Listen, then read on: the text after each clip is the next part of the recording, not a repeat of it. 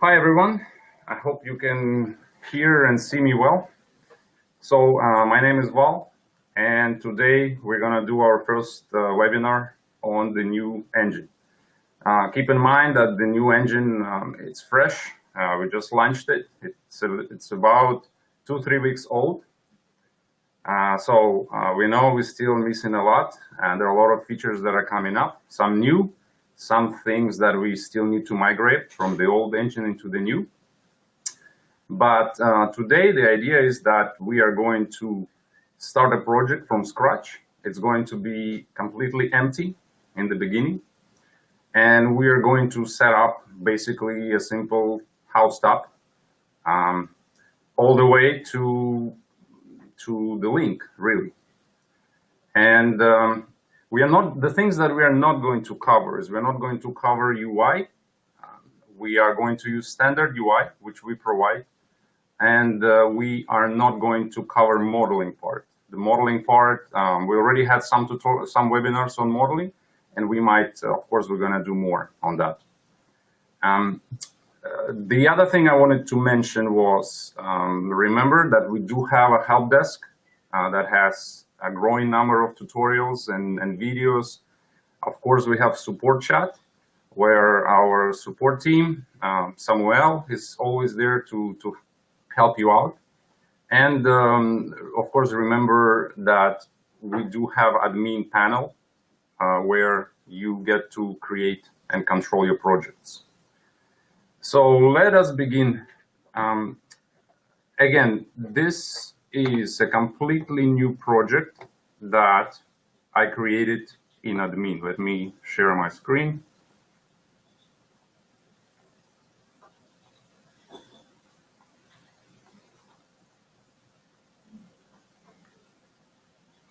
All right. So hopefully you can see my screen and you can see the engine window. Again, to create a new project, you do need to go to the admin, right? Admin is where you create the project, you put in the Slack, you put in some basic information, location, and who you are creating the project for. And after that, you launch Hauzd Editor, you will log in. When you go to open project, your project will be here. In my case, the project name is Webinar Test. So we open it, and this is what you're going to see when you have a completely empty project, right? Everything, there is nothing. And well, let's set it up. So let's start with some logos. I have some assets prepared. This is really the only assets that we are going to need. I have standard UI, some logos, some gallery images, and let's begin with just the basic logo for this project. We're gonna use our good old skyline. This image, I don't think, yeah, so this is a standard PNG with alpha channel. The nice thing is that in the new editor, the application is going to take any resolution and it will do all the conversions automatically for you. So in case of a logo, all we need to do is we grab our logo and drop it right here, and that's it, it's imported. So whatever resizing or reformatting that needed to be done, the engine does automatically for us. And then we have our splash logo for the web. This is the logo that you see when you access the link on the web. The same thing. Again, here, application import web logo. We drag and drop it here. We can view it. It opens the window. Done. So again, any resolution, any format, the application is going to accept it. And let's get the UI done as well, right off the bat. Again, this is a standard UI. We provide this UI for you. There is an Adobe Illustrator file that you can actually open and edit if you want. The only thing you need to import UI is you basically just drag and drop the whole UI folder, and it's done.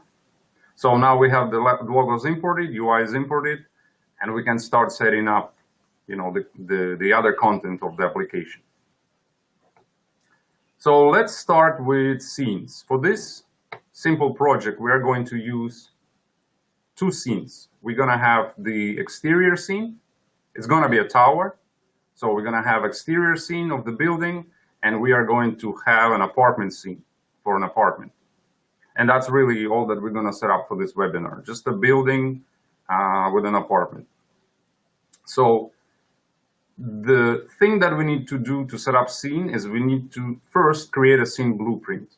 Okay, scene blueprint is going to define some common properties for our scenes. The reason why we have scene blueprint is so that you can define these properties once, and then you can reuse them for every scene that you are creating. So that in case of apartments, you can define your lighting properties once, and then all your apartment floor plan scenes can use the same properties. So, well, let's start with the exterior first. So the blueprint type is going to be building. The blueprint name, I'm going to put exterior BP. Here we have all the properties for the camera. If you got to use our old engine, you will probably recognize some of these names from the config text files, Lua files that you used to set up.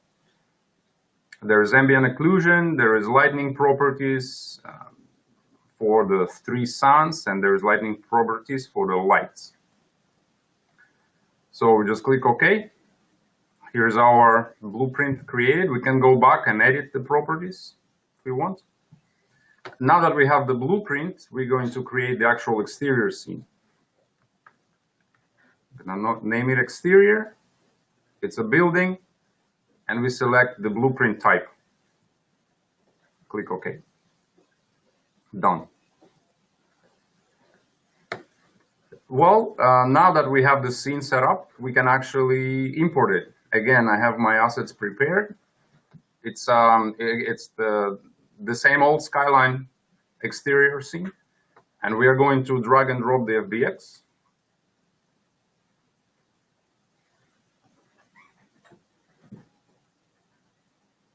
Done.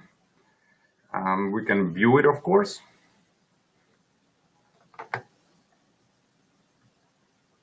So our scene is imported. All right. Of course, right now we're looking at a flat scene. It doesn't have any kind of light baked.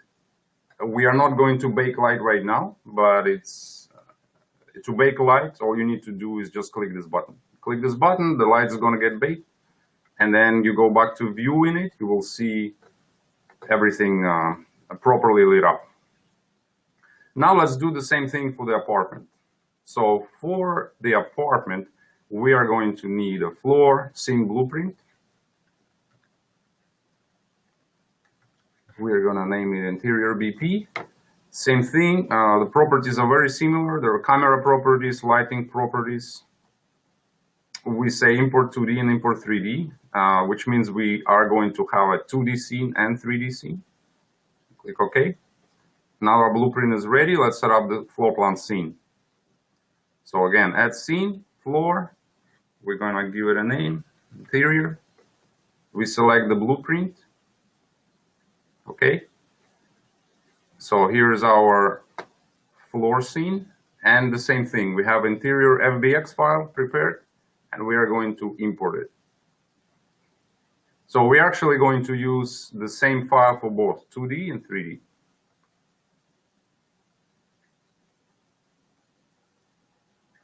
Finished. So now we can view it, same as always. In FreeCam mode, you can inspect your scene.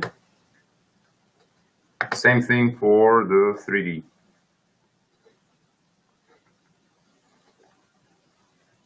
Again, this is not baked, that's why everything is flat. Now we have the scene set up.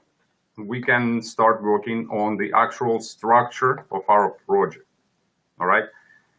So when I say structure, what I mean is this is where you set up let's say you have, in our case, we have a tower and we have apartments. So our setup is going to look, we're going to have a tower at the very top and then apartments underneath. And in each apartment, we're going to have a floor plan.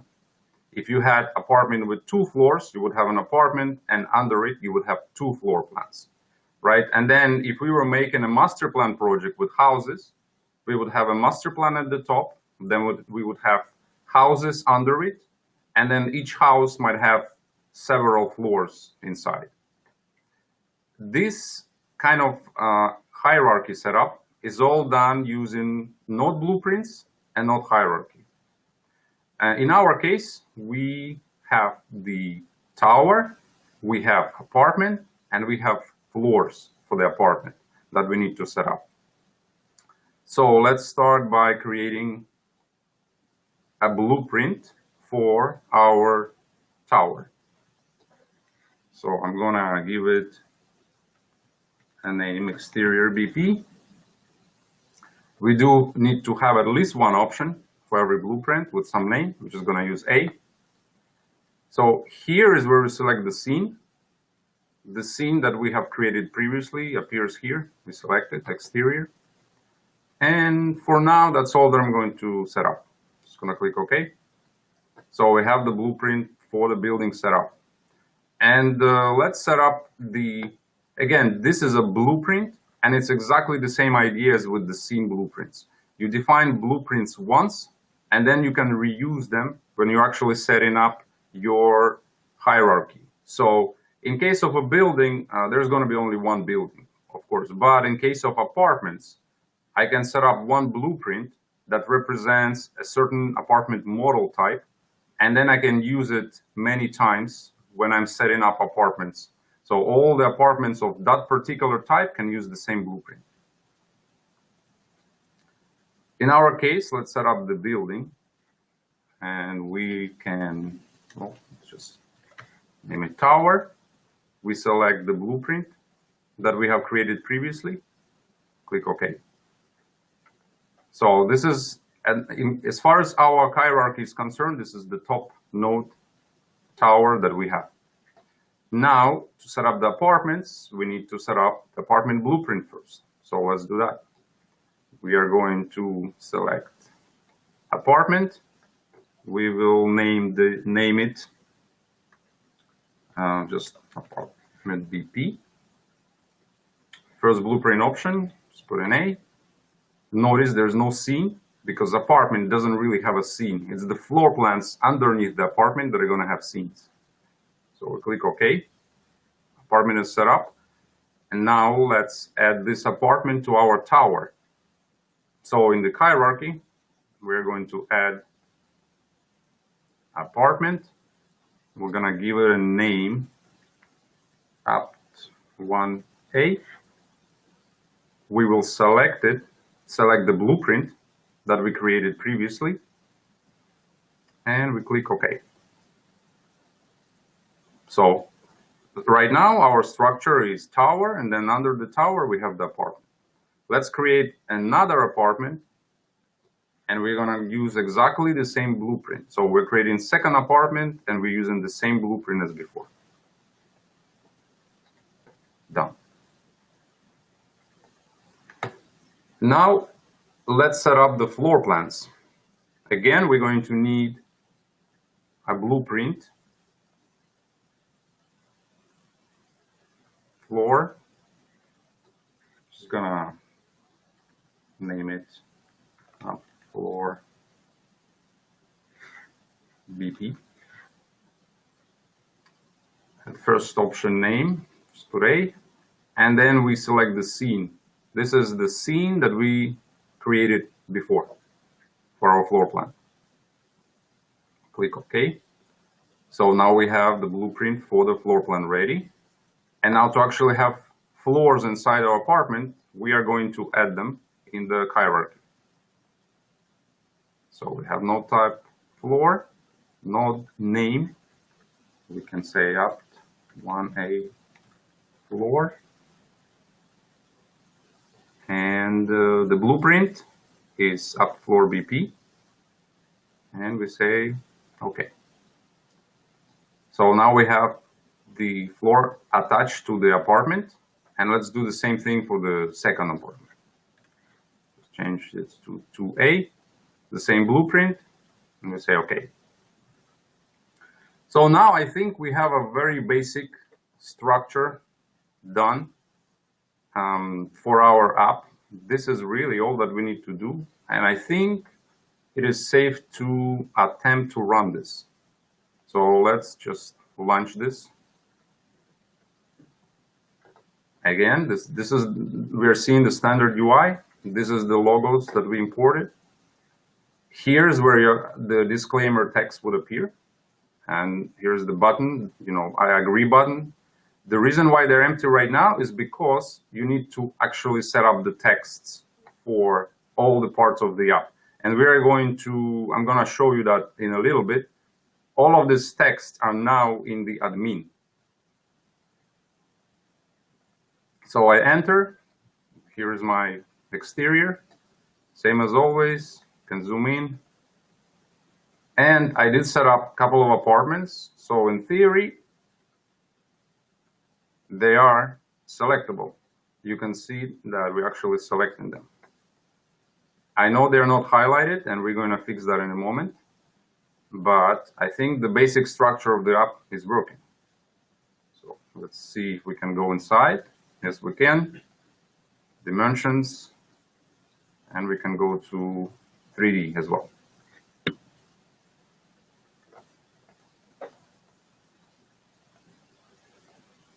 So at this point, if the app is running already, we can actually already create a link for this project if we wanted to. So for example, if you want to just create kind of an intermediary, you're not really finished with the project, but you just want to create a link that you can already show to your client, you can already do so. Okay. Now let's fix the highlight of the apartment selection.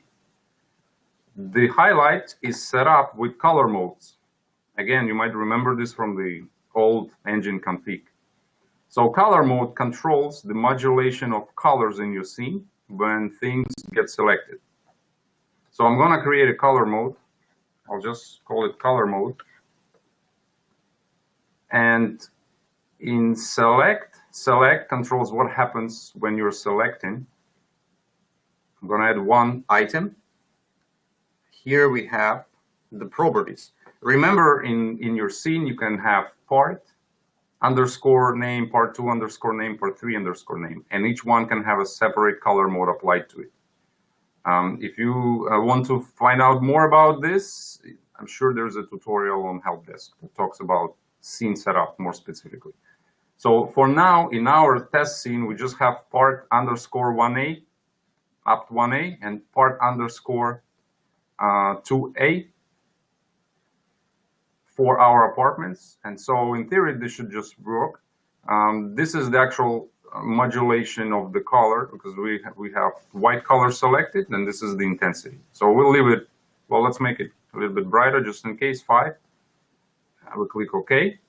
So the color mode is added. Of course, you can go back and edit it. Now, we need to attach this color mode to the blueprint that is going to use it. In our case, we are going to be selecting on the building exterior, right? So we have to go to the building blueprint, the first option. And here we have a drop down called Part Color Mode, which we set to use our color mode. Okay, now let's launch it again.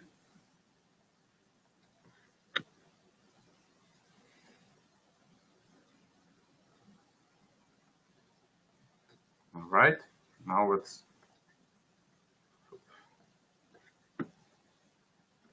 And there we go.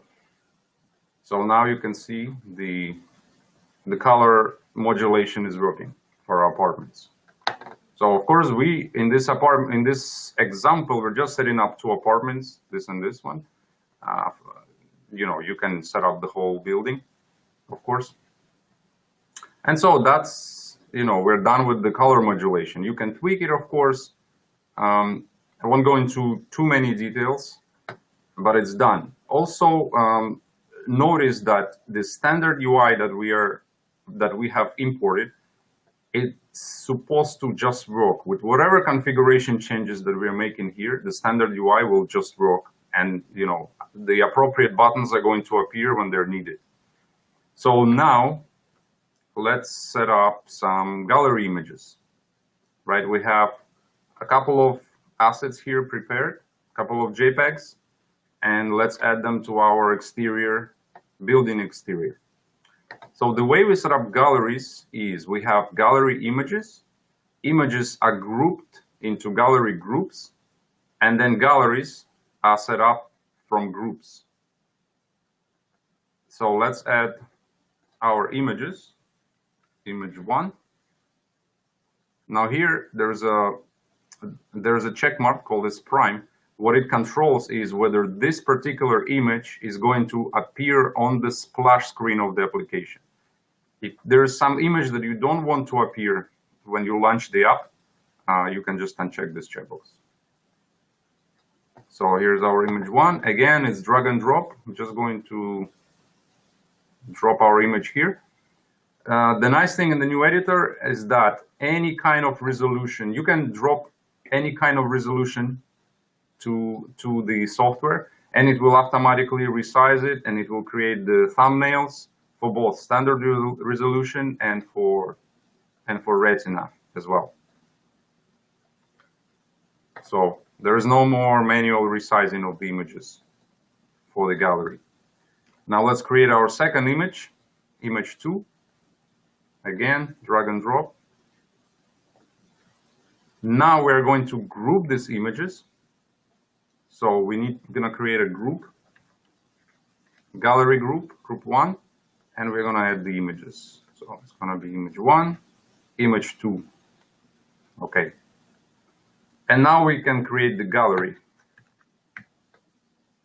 Give it a name. And we set up the groups. In this case, we just have one group, group 1. Done.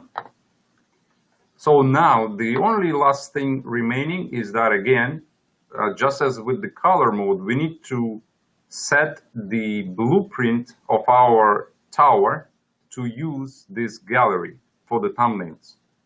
And the way we do it is the same. We go to the blueprint options, and here you have thumbnail gallery, and we select the gallery that we just created.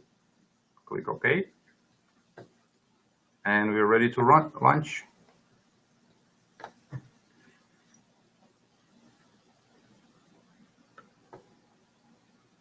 So let's go in.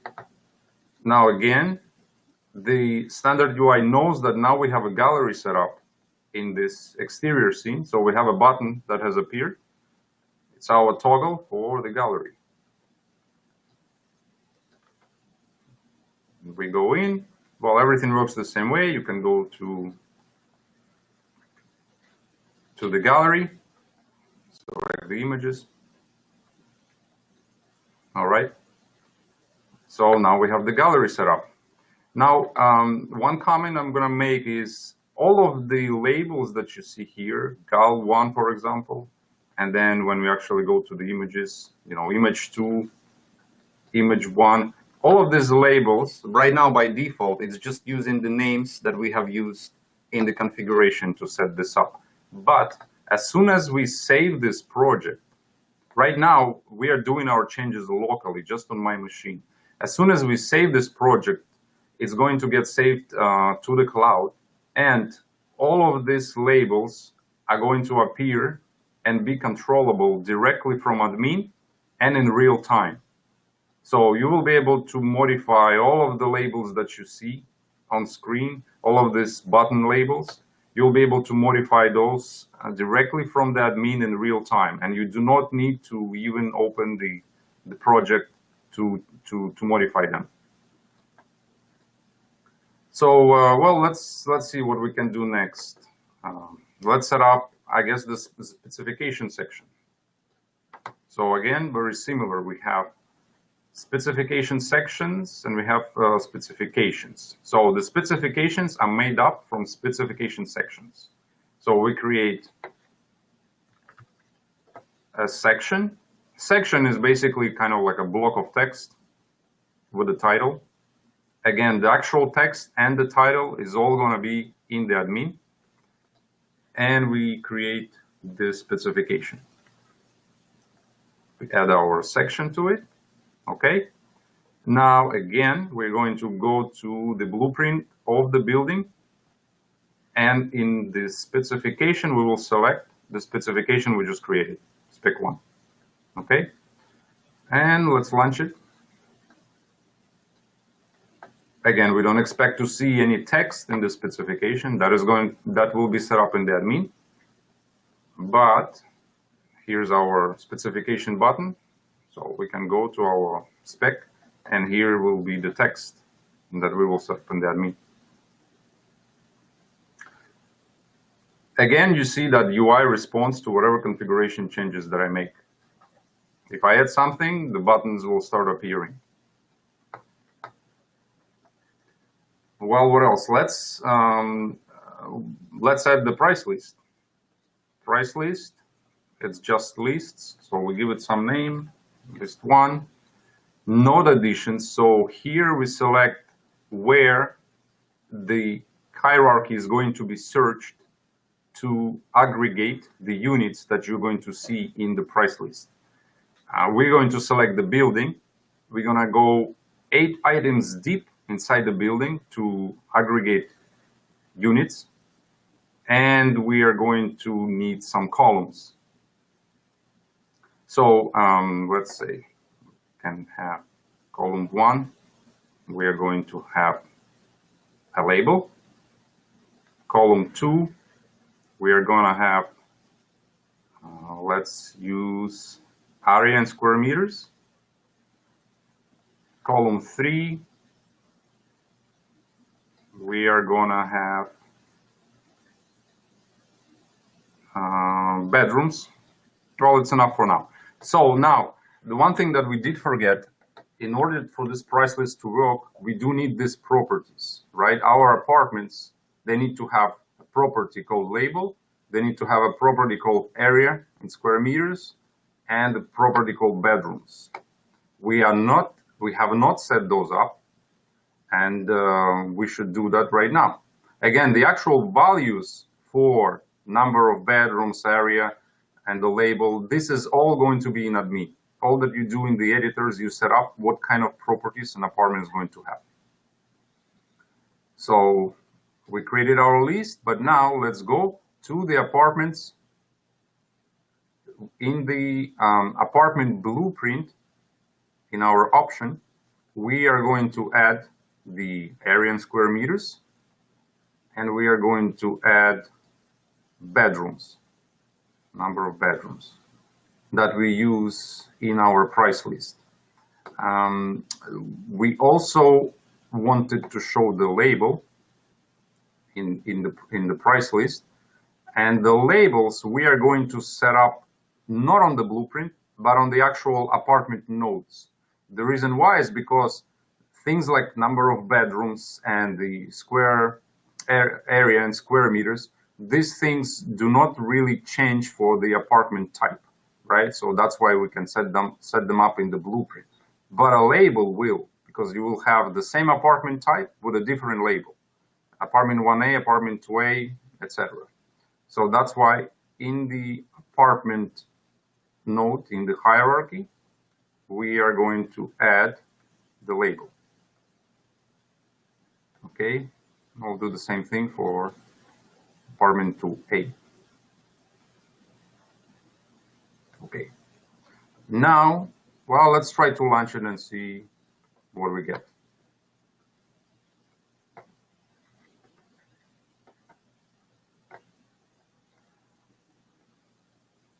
First, let's see now if we select our apartment. So you see the properties that we have added. We have added area, bedrooms. The label would be really this text up to A is the label. But you can see that the properties are starting to appear here. Again, we did not need to make any kind of changes to the standard UI. It just picks up whatever properties you have and it shows them here. The values, again, by default, they're all zeros because they're not set up in the admin. All of the values are now controlled in real time in admin. And of course, you notice that there is no price list icon here, and that is because we did not tell the blueprint of the building to use the price list. So we need to go back and fix it. In the blueprint of our building, in the list, we select list 1. Okay, let's launch again.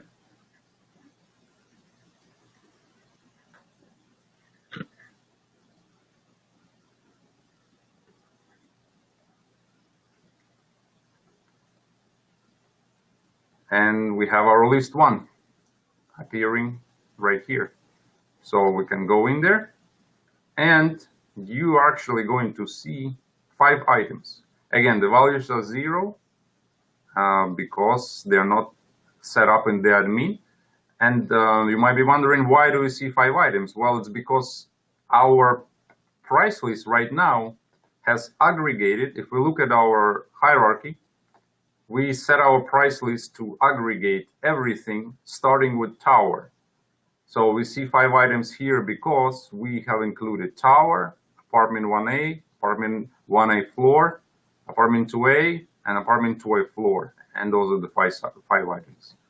How do we fix that? Well, we need to go to the price list, edit it, and then where we have the node additions, we can set up a condition.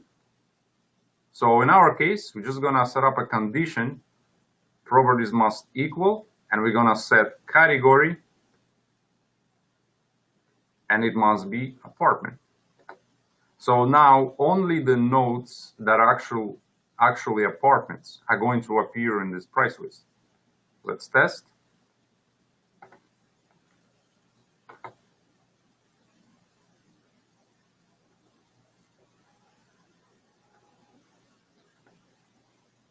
List. There we go. So these are our 2 apartments. Again, we don't have a label. The values are zeros because we haven't set them up in the admin. But you can see now it's working good, the way we expect it to. Well, what else we can do? So let's set up a filter. So let's set up a filter for the exterior. We are going to go to filters. I'm going to add a filter. We'll name it filter 1. And we're going to set to use the slider property bedrooms. And well, let's just leave it at that for now. Now, in order for our filter to work, we do need the color mode to modulate the color when something is filtered. So when filter is passed,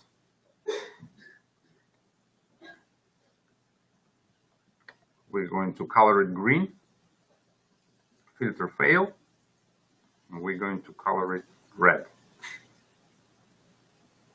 Okay, say okay. Now we have filters set up. We do need to add it again to our building blueprint because that's where we're going to be filtering.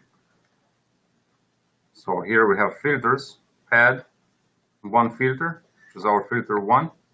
Click OK, and let's launch it. Now I'm not sure if this is really going to work because we don't really have values set up other than the 0. Let's see what happens. Oh, there it is. Okay, so it's 0 to 0.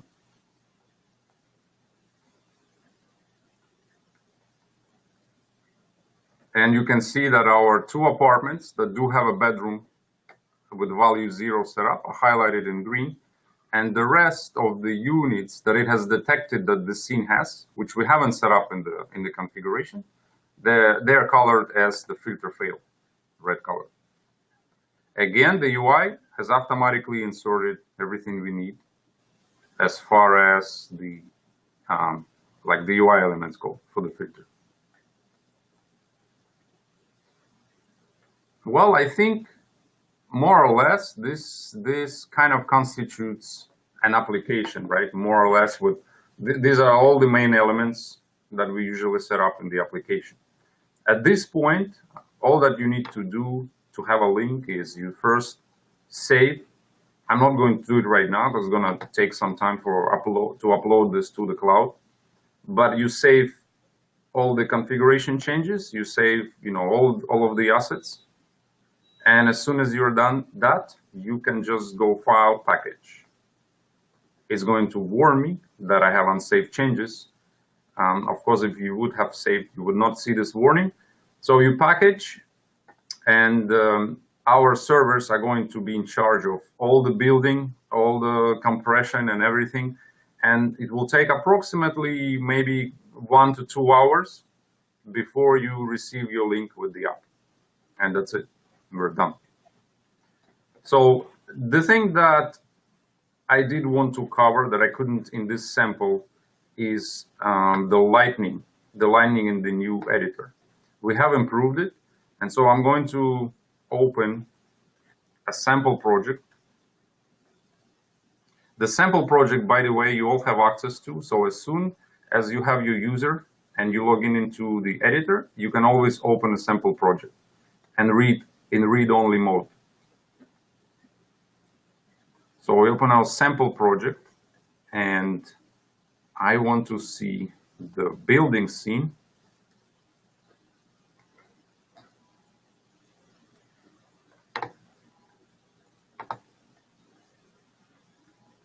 So here's our building scene. It's very beautiful, of course, done by our 3D expert, Raul. And so one thing that you're going to notice in this scene is now, in the new editor, we actually do have ability to add lights that are not just the suns. In this scene, I think there is about 100 or 200 small lights that are actually inserted in every apartment. There is no limit, because we bake the lighting, there's really no limit on how many lights you can insert into the scene. All right.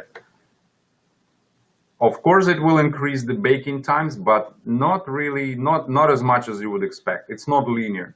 If the lights for this apartment, for example, they're relatively small. Every light covers, an apartment and a little bit of area around it. Only those pixels are going to get processed. So it is actually still pretty fast to bake the scene. And the other important thing that is a big improvement in the new engine is that now all the lighting properties, the intensities of lights, can be controlled in real time. You do not need to rebake the scene in order to change the intensities. All that you need to do is, with this view open, you can go to the blueprint of your scene, where all the lighting properties are, and you can start changing things in real time. So for example, let's say the direct light contribution from the sun, right? We type in 10 and right away we see the change. The same thing for indirect light. So the indirect light from the sun can change it independently. And then you also have ambient light. Ambient light is just the number, it's the ambient modulation. And you can change it in real time. The same thing goes for all the lights that are inside the apartment. Now keep in mind, of course, we still we basically take all of your lights and we channel them into one channel. In this case, I think it's probably this first light channel. And so we are going to be controlling the properties for all of the lights at once. So 2, let's put something brighter, 10. So you can see all of the lights change in real time. So this way you can really now, in the end, when you're finishing, you can sit down and you can tweak and get the lighting to be exactly like you want it to look. If I click cancel, just gonna abandon all the properties.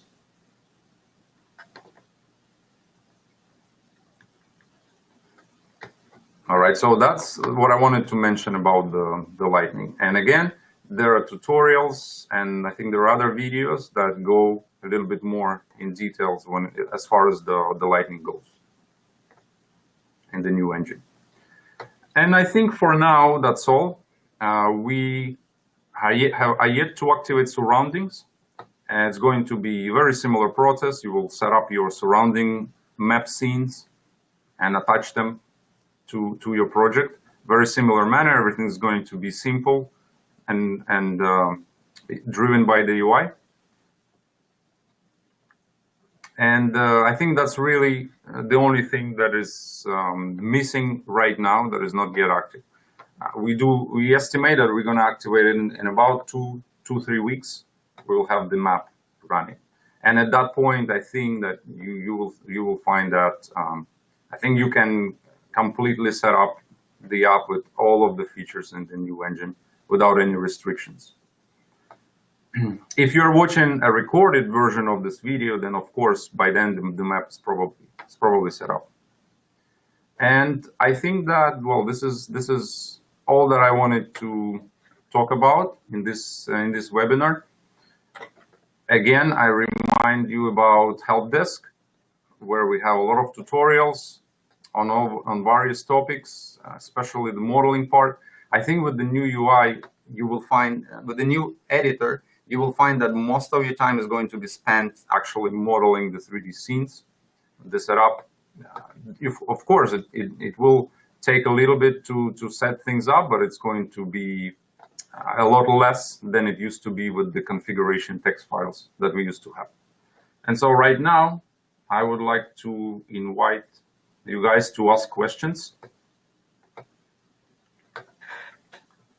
So let's see, you ask me a question and I'm going to repeat it so that everyone can hear, and we'll go with that. Let's see, what do we have?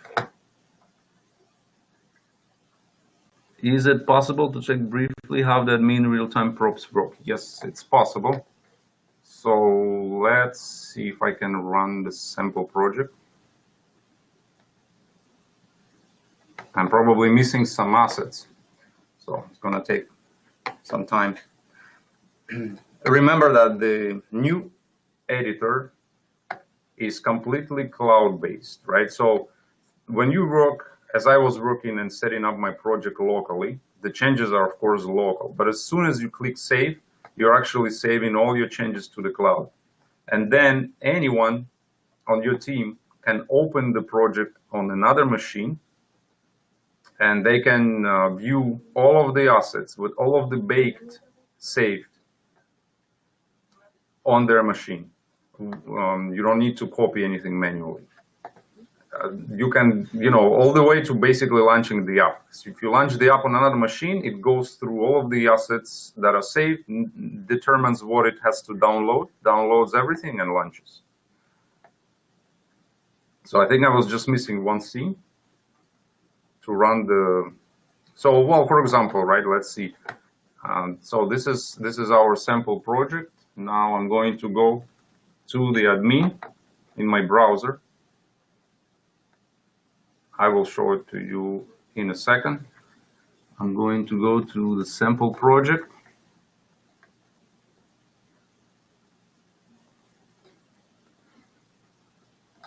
So this is my sample project, I believe. We go to real-time inventory, and here you will see kind of the whole structure of the app as we have been setting it up in the editor. It's going to appear here. The things that we are pushing to admin to control are the things that are safe to control, meaning whatever changes I make here are not really going to break the app. Other than, of course, you can erase the texts, but the app will still run without any problems. And so in our case, well, let's go to the disclaimer part. Agree. So we have the agree button, for example, right here. It says I agree in English. So we can put something else here. We click save. Let's wait a little bit. There we go. So it has changed.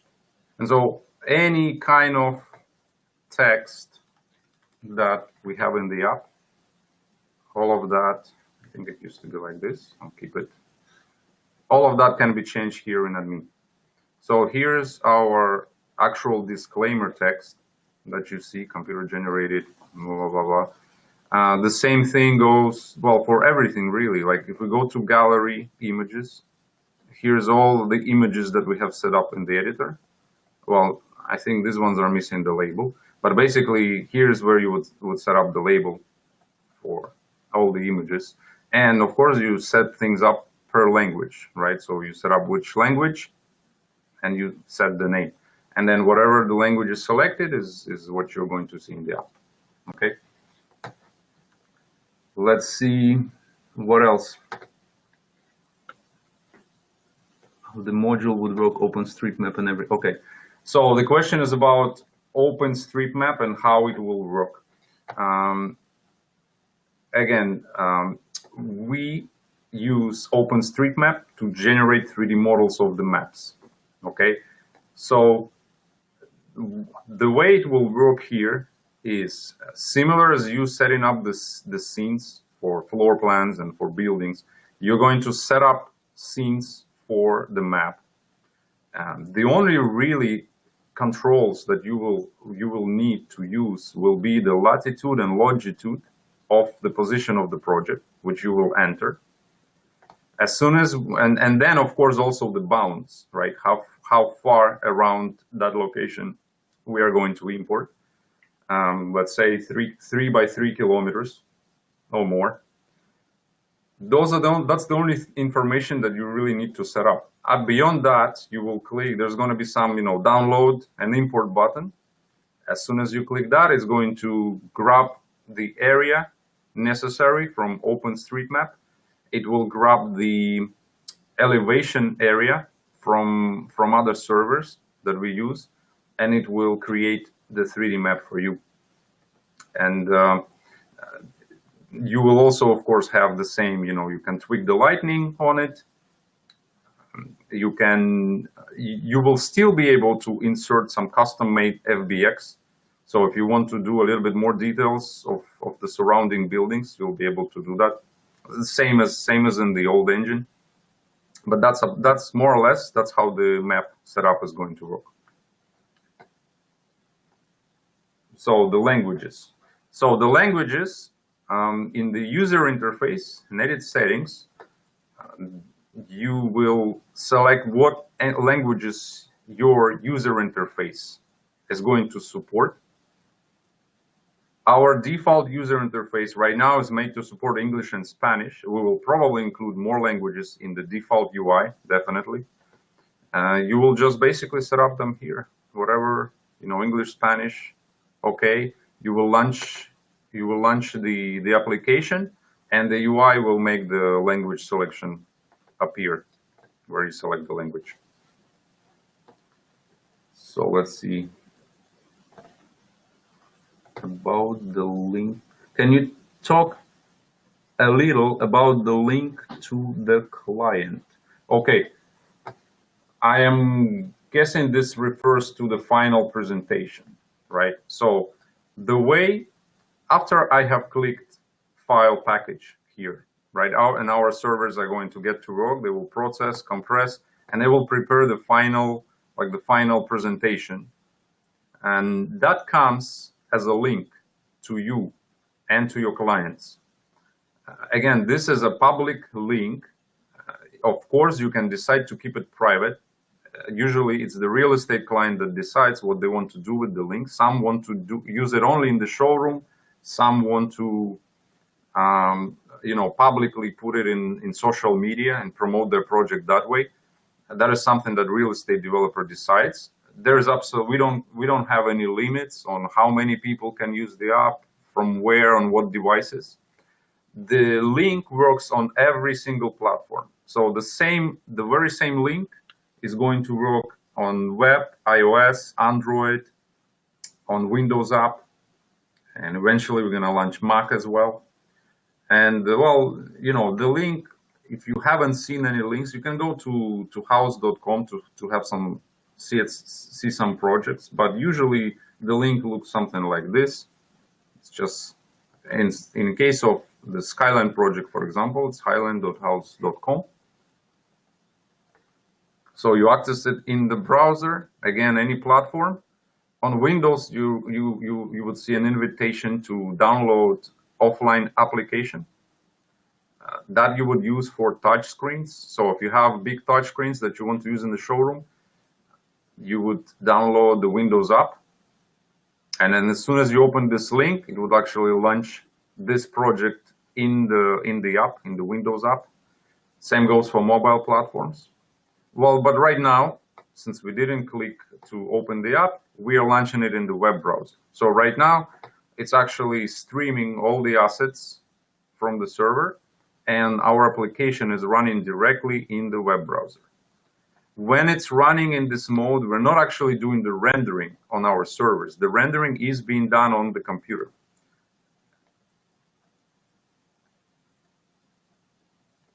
So here's our Skyline app running in the web. And this right here, this is the link that you give to your clients, to your real estate clients to use. Okay. Let's go to the next one. Does the client need to install any plugin or app to view the 3D project? So on the desktop platforms, Windows and Mac and iOS and OS X, you do not need to install anything to view the project, just like I'm viewing this project right now. However, on the mobile platforms, you do need to install a viewer app. Right now, I think it's just called Hauzd Viewer app. It is extremely small. It's only like 2 megabytes in size. If you download that app on its own, it's empty.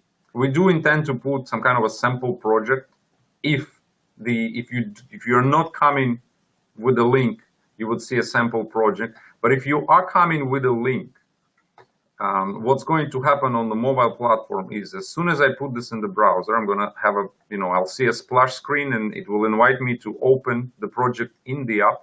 As soon as I click that button, it will invite me to download this viewer app.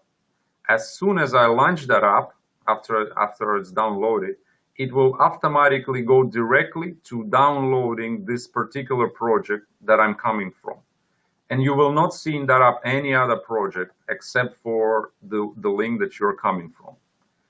And it will launch it. Of course, after it has downloaded the project will work offline. So you can always go back to your viewer app, you will launch it, and you will see thumbnails with the downloaded projects previously.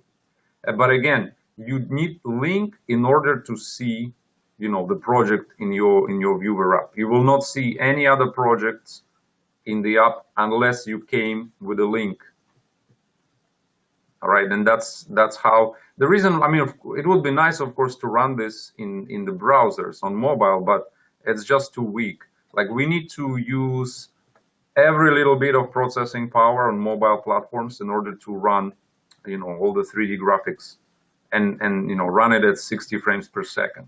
And that's why we are kind of, we're forced basically to have a native app that can take advantage of all the processing power, and then to make sure that our apps are running smooth on mobile.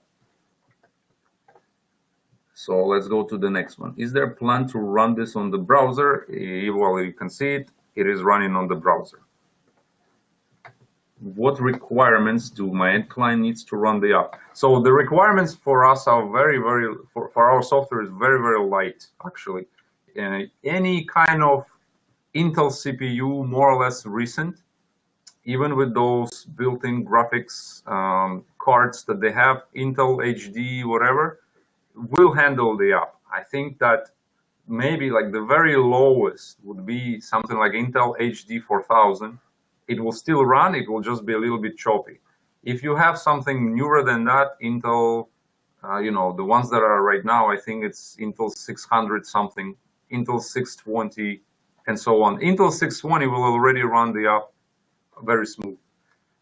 As far as mobile platforms goes, I think most of the devices now have really good GPUs, and we haven't really, like, it has to be a really old Android phone for it to run the software, choppy. It will probably still run it. It will just not be as smooth. Any kind of recent, even low-end Androids that are recent, they will run the software without any problems. All the iOS devices run the apps really, really smooth without any problems. And by the way, if you go to hauzd.com, I think in Q&A section, there are some more specific details on the minimum requirements to run the app. Let's go to the next one. So, how much is going to change the way we configure the Mac scene to import in comparison to the last engine? The changes are very, very minimal. If it's practically the same as before. There's prefixes. It's all the same. You can almost use your old scenes with the new engine. I think the only real difference is the assets for environmental reflection maps. They do need to be included inside the FBX now, because basically every FBX has to contain all of the assets for that scene. So in the new engine, you have you need to bring in to have a little cube model somewhere in the corner that has the textures assigned to it for the reflection map, like the six sides for the reflection map. And again, we provide samples and assets on our help desk, where you will find some of those reflection maps ready to go that you can use in your projects. So let's see, next question. Net Baker Worker and Bake Trough. These features are really useful for team collaboration and production speed. Yes, correct.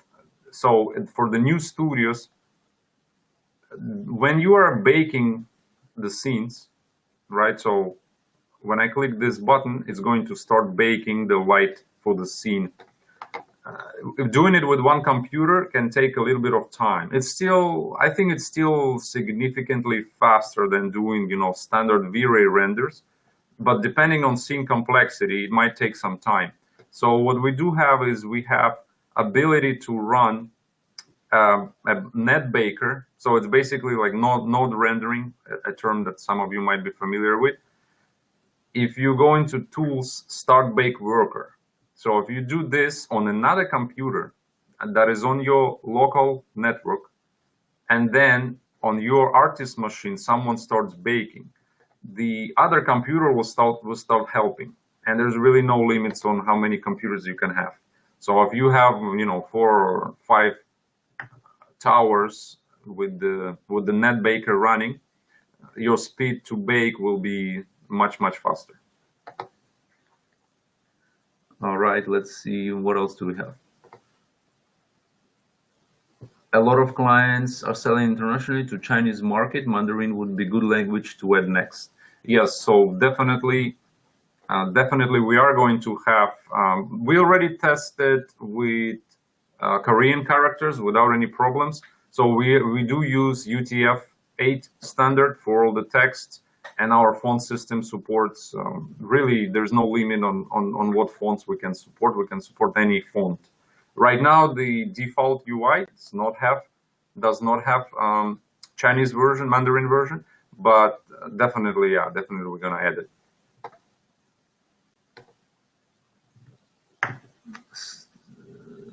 Let's go to the next question.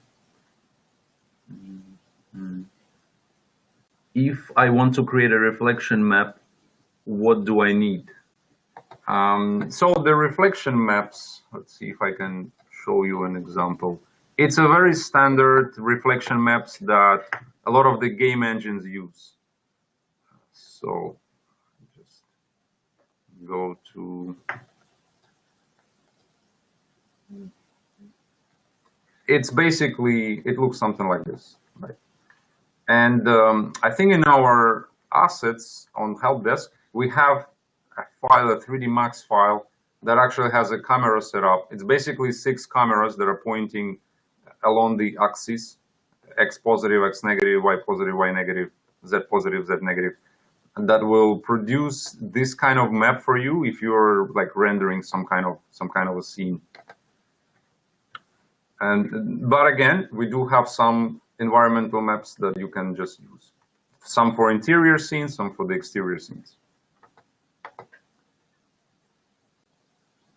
So let's see. I think those are the questions that we have had so far. Is there any other questions?